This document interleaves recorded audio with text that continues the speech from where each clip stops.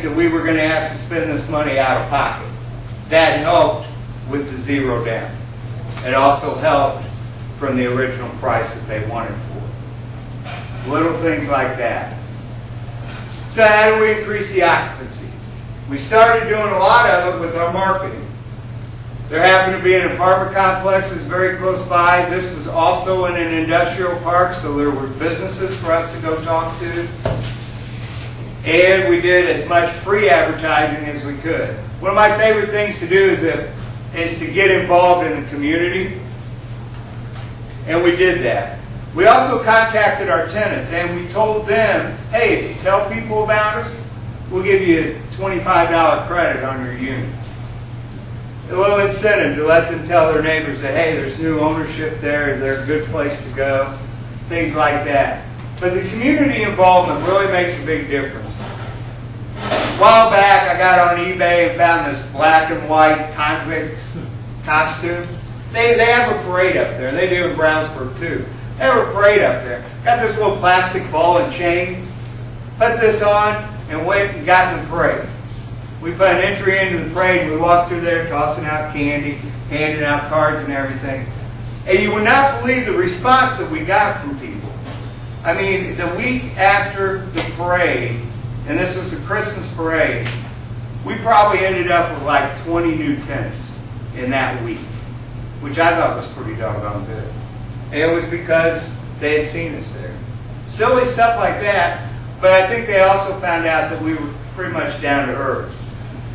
And that's where if you're not going to be the manager of your facility, if you're going to be an absentee owner, strictly an investment or whatever, your management is so important. I went and found the original manager that was at this facility before it went into distress.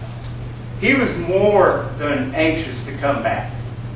Might have been because he didn't have another job, but he wanted to come back. And he knew the facility. He also knows the community.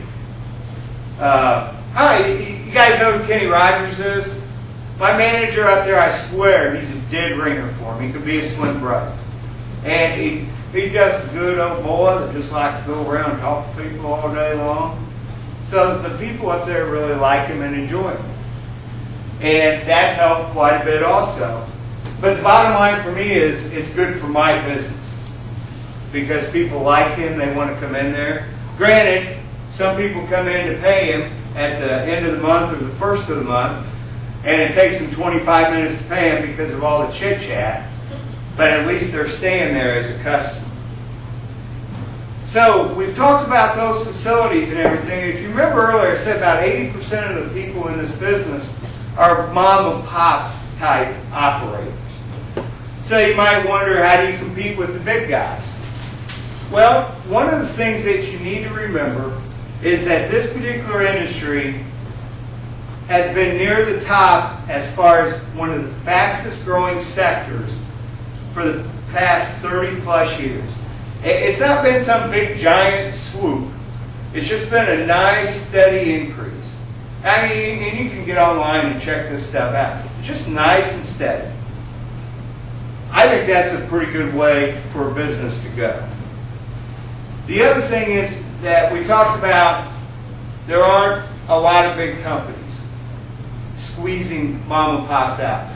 There's around 4 of them that are kind of coast to coast. They own less than 10% of all the self-storage facilities there are here in the United States. So that means mom and pop or single operators, things like that, own around 90% of what's out there. And why do they do that? Well, when you get to self-storage, if you're taking something in, we've got a ringer in here, by the way, too. Dan has been to one of our classes. All right? And he came back because he's wanting to bug me with some more questions. Oh, that's not the right word to use. All right? But he's found out what it's like with the self-storage part of it. And what people like are the personal touches. You go into a company like Public Storage, who's coast to coast, they have set rules that are rigidly in place. Say you have a little financial difficulty, you don't want to move things out, you know you can get through the little rut that you've gotten into, but you need some help getting through it. Maybe you'll forgive a late fee. Maybe you can take a couple payments every couple weeks to keep things current. Public storage is going to say, I don't care. Mom and pops will normally work with you. And it's little things like that, the personal touches that make the difference. Most self-storage facilities, 75% of them own one facility because they make that comfortable living from that one facility. They don't have to have, $1 million a year to survive. They do fine on $60,000. So one facility takes care of them okay. Then there are other goofballs like me who think, well, let's have more than one facility. But the bottom line is, throughout the country, there's about 22,000 people that own self-storage facilities. People who pretty much walk down the same kind of path that I walk down, I'm sure that you're walking down, working for somebody else who maybe doesn't always appreciate what you're doing. This gives you a chance to be your own boss, become an entrepreneur. So it comes down to little simple things like that. I've gotten a slide behind because I wasn't paying attention. All right?